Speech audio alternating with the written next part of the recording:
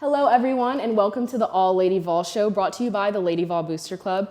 I'm Riley West, your host, a former Lady Vol softball player. And on the All Lady Vol Show, you're going to be able to talk to athletes past and present about why the legacy is still alive. To become a member, click the link in the bio to get 15% off your first month of membership using the code ALLLadyVol.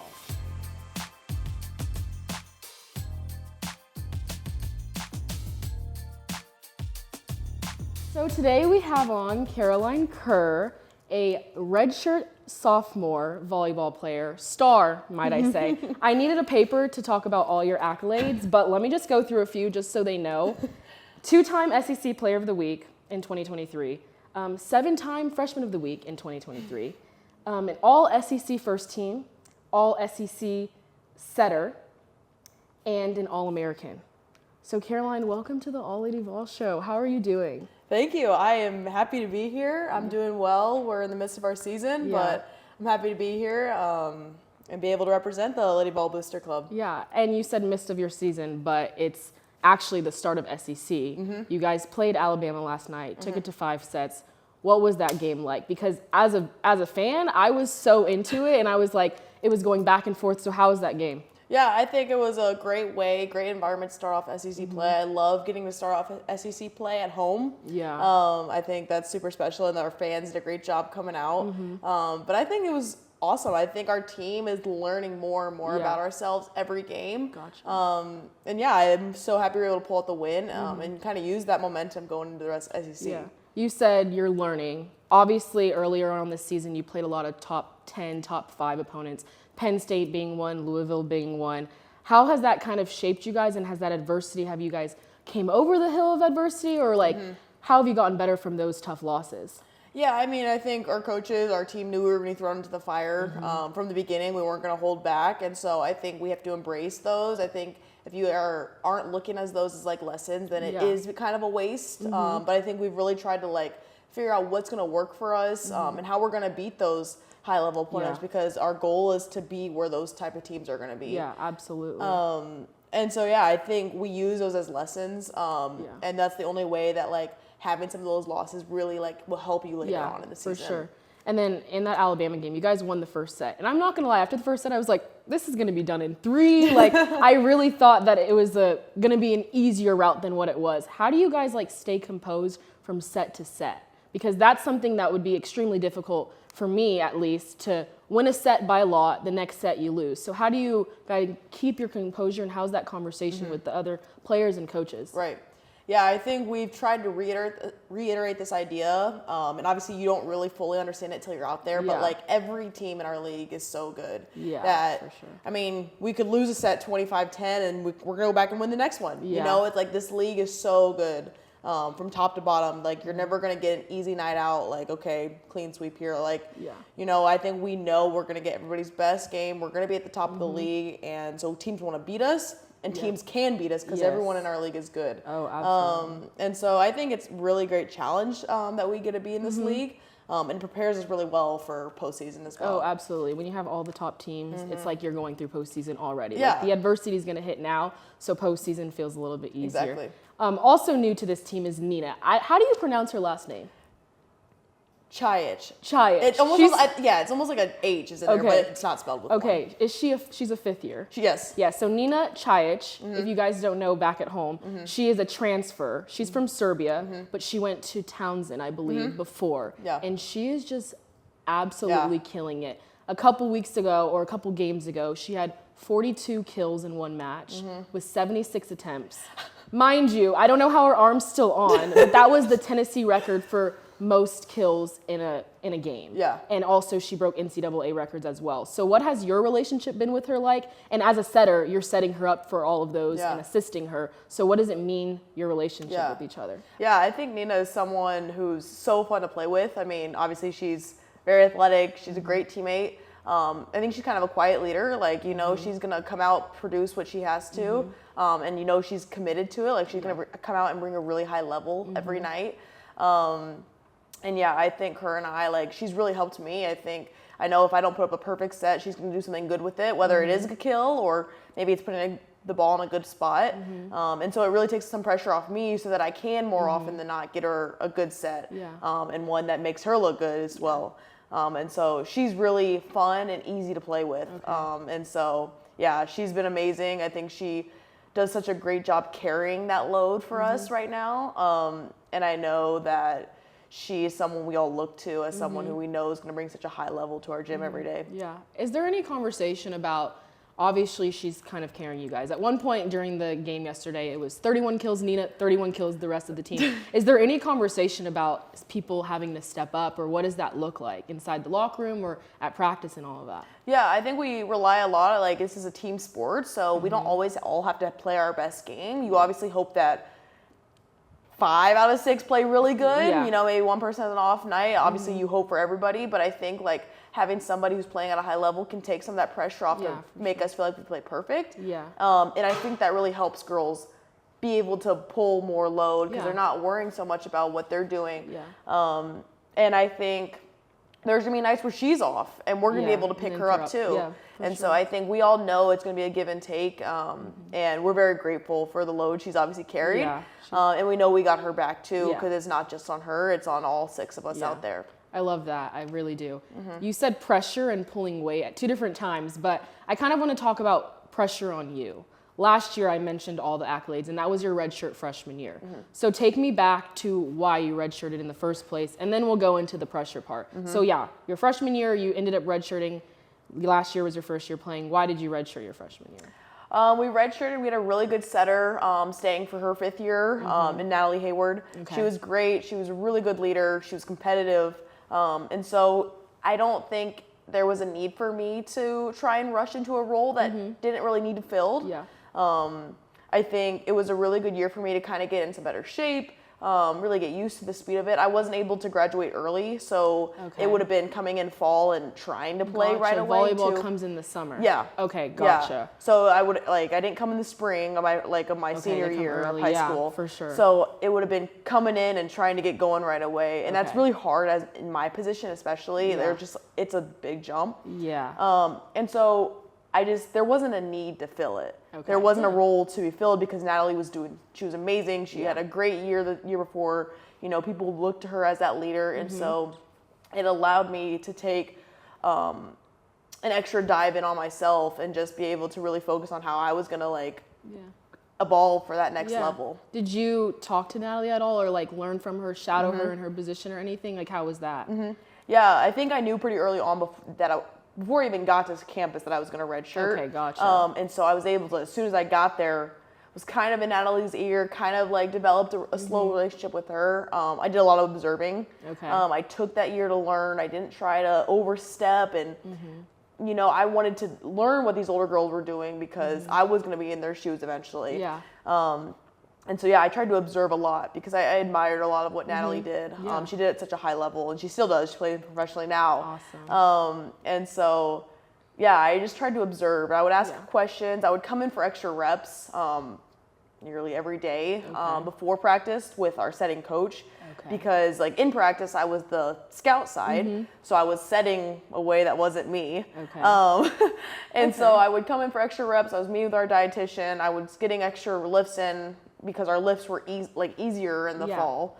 And so I kind of, like I said, I just kind of took that season to dive into myself and fully embrace the redshirt year and not have to worry about trying to play because Natalie was doing such a great job. I learned from her while evolving my own game. Gotcha. You mentioned the scout. You have a scout team, and you set as the other team. So that's almost double the work at times because you're trying to evolve as a player, but then every week you're learning how to be a different setter. Yeah. So I didn't know that volleyball does that.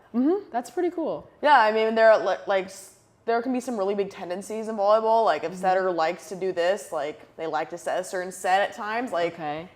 It makes a big difference in what we're trying to do as a scout. And so it was my job to try and replicate that for them. Your tendencies. I've been watching volleyball a little bit more this year because I have more time because I'm not playing.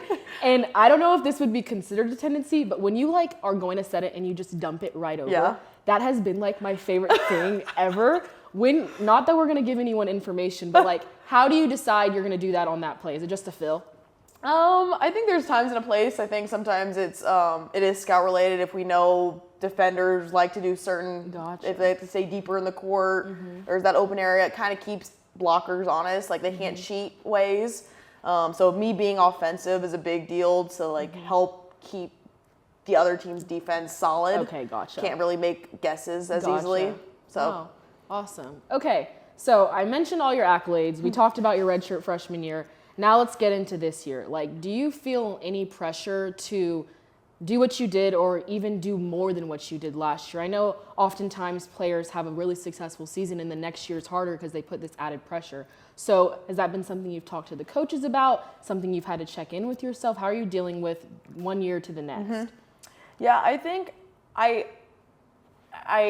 don't really pay attention to a lot of the awards. Like I couldn't tell you how many like awards I got last year because I didn't really try to keep up with it. Gotcha. I think all those awards were a big testament of what our team was able to do as a whole. Gotcha. Like obviously I'm not getting the awards if our team isn't winning or if our team isn't advancing. And so I didn't keep up as much with that. And so hasn't been my thought on like, okay, I need to do this to get this award. It's been, I need to do this because I can perform at a high level so our team can win. Gotcha. And I've never been one to focus on those awards because I realize that the team success is way more important than my own personal. If our team's winning, I could care less who's getting the awards, you know? Yeah. And that's what I care about is like our team's doing well, we're growing, we're learning.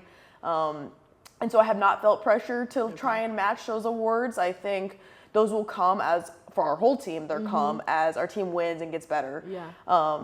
And so there hasn't been pressure there. I think I felt more pressure to use what I've learned last year in terms of I was on the team last year who we now only had 2 returning starters. Yeah.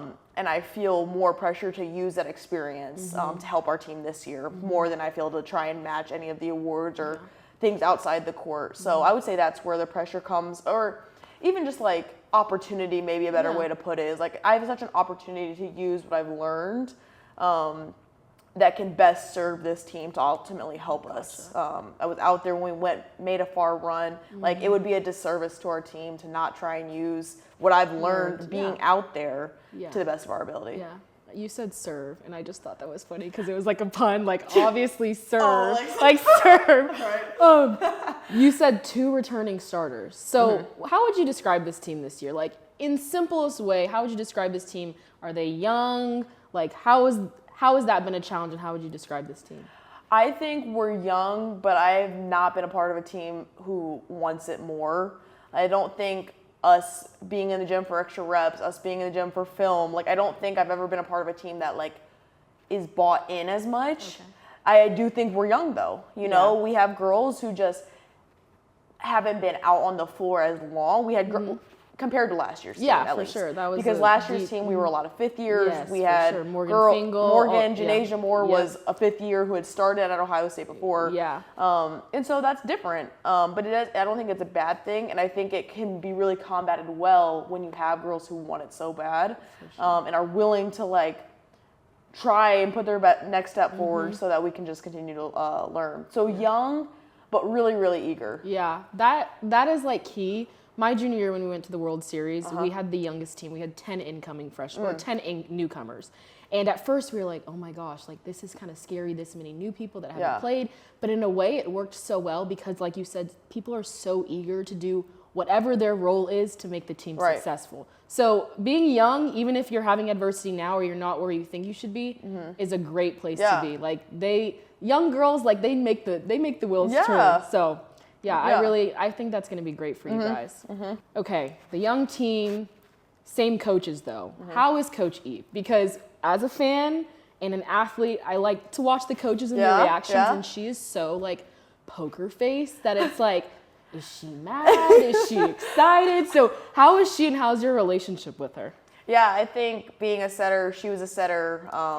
So that's a really important relationship. I think I trust her a lot in her decisions and what she has to say for the team, for me. I absolutely love playing for a female head coach. I think it was something like, oh yeah, like it'd be great. Like coming into, I'm like, oh cool, like playing for a female, fine. But now I'm like, I don't think I could play for a male coach, or like it would be so different. Mm-hmm. Oh yeah. And so I've absolutely loved playing for a female head coach, and one that like wants to empower us to lead out there. I think she is tough, but she wants the absolute best for obviously the team first, and then for us. Yeah. And so I've trusted her decisions, and I think in turn there's been a lot of trust that's built between the two of us. And that's important with your setter role, who's I'm out there trying to direct traffic, trying to direct chaos. And so we have a good relationship, and I think one that has really evolved as like I've gotten better and learned more. And so it's been amazing playing for her. I could not imagine playing for somebody else. I will say though, shout out Coach Karen.